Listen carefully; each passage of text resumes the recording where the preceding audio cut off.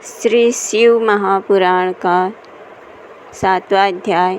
श्रोताओं के पालन करने योग्य नियम। शौनक बोले, हे सूत जी, आपने यह परम पवित्र और अद्भुत कथा तो सुना दी। अब कृपा करके लोक और कल्याणार्थ शिवपुराण के श्रोताओं के नियम सुनाइए। सूत जी बोले, हे शौनक, दीक्षा रहित लोगों को कथा श्रवण करने का कोई अधिकार नहीं, इसलिए श्रोताओं को पहले वक्ता से दीक्षा लेनी चाहिए। कथावृत्ति को ब्रह्मचर्य, भूमि शयन, पत्रावली पर भोजन करना चाहिए, परंतु भोजन कथा समाप्ति के बाद ही करें। शुद्ध होकर भक्तिपूर्ण शिवपुराण सुनते हुए उपवास करके दिन में एक समय ही भोजन करें। घृतपान, दुग्धपान और फलाहार करते हुए कथा अवधि तक एक बार ही भोजन करें। श्रोता रजस्वला स्त्री को न देखें। स्त्री श्रोता कथा अवधि तक पति संगम न करे। ब्राह्मण द्रोही एवं वेद विरोधी से श्रोता वार्तालाप न करें। सत्य, शुद्धता, दया, मौन, साधुता, विनय, उदार चित्त आदि गुण श्रोता में होने चाहिए। श्रोता निष्काम हो अथवा सकाम हो, नियम से कथा सुने। इससे सकाम को कामना सिद्धि और निष्काम को मुक्ति प्राप्त होती है। दरिद्र, रोगी, पापी, निर्भोगी, निसंतान पुरुष इस कथा का श्रवण करें। 7 प्रकार की कांत, वंध्या, दुष्ट स्त्रियां एवं जिनका गर्भास्थान होता है, यह उत्तम कथा सुने।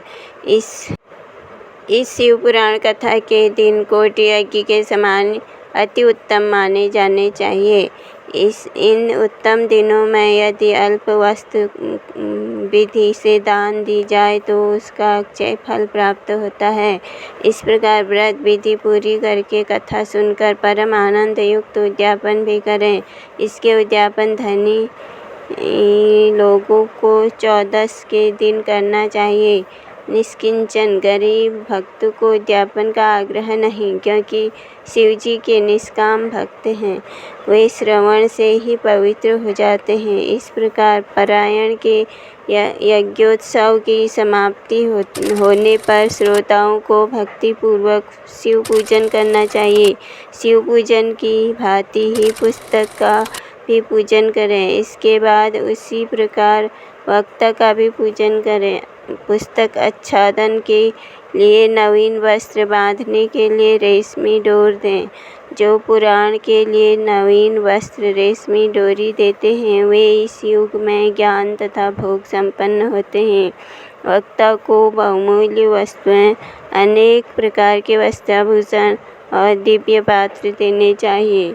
जो लोग पुस्तक के आसन के लिए कंबल, अजिन, रेशमी वस्त्र, चौकी, पाट आदि देते हैं, वे स्वर्ग में पहुंचकर मनोइच्छित भोगों को भोगकर एक कल्प ब्रह्म लोक में निवास करके इस शिवलोक में जाते हैं। इस प्रकार वक्ता का पूजन करके सहायक पंडित का भी वक्ता से कुछ कम धन द्वारा पूजन करें।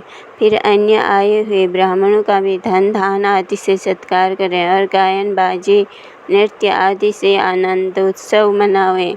श्रोता यदि विरक्त हो तो दूसरे दिन जो शिव ने श्री राम जी की प्रीति कही है, उस गीता का पाठ करें।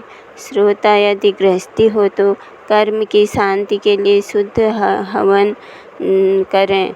रुद्र संहिता के प्रति श्लोक में अथवा तन्मयता से गायत्री मंत्र करें। इस पुराण के तत्व अथवा मूल मंत्र से होम करें। न्यूनाधिक दोषों की शांति के लिए भक्तिपूर्वक शिव सहस्त्र नाम का पाठ करें। इससे सब सफल है, इसमें संदेह नहीं। 11 ब्राह्मणों को मधु तथा खीर से भोजन करावें, दक्षिणा दें। शक्ति होने पर 3 फल जितने सोने का सुंदर सिंह बनवाकर शिव संतुष्टि के लिए दान करें। इसी दान के प्रभाव से एवं पुराण दान के प्रभाव से शिवजी के अनुग्रह से मनुष्य भव बंधनों से मुक्त हो जाता है। हे शौनक जी, यह मैंने आपको शिव पुराण का महात्म्य विधि सहित सुनाया है। अब आपकी क्या सुनने की इच्छा है? शिव पुराण सब पुराणों में शिरोमणि है। जो प्राणी इस जगत में सदा शिव का ध्यान करते हैं और उनकी वाणी शिव गणों की स्तुति करती रहती है, वे इस अपार भवसागर से सहज ही तर जाते हैं। इति समाप्ति।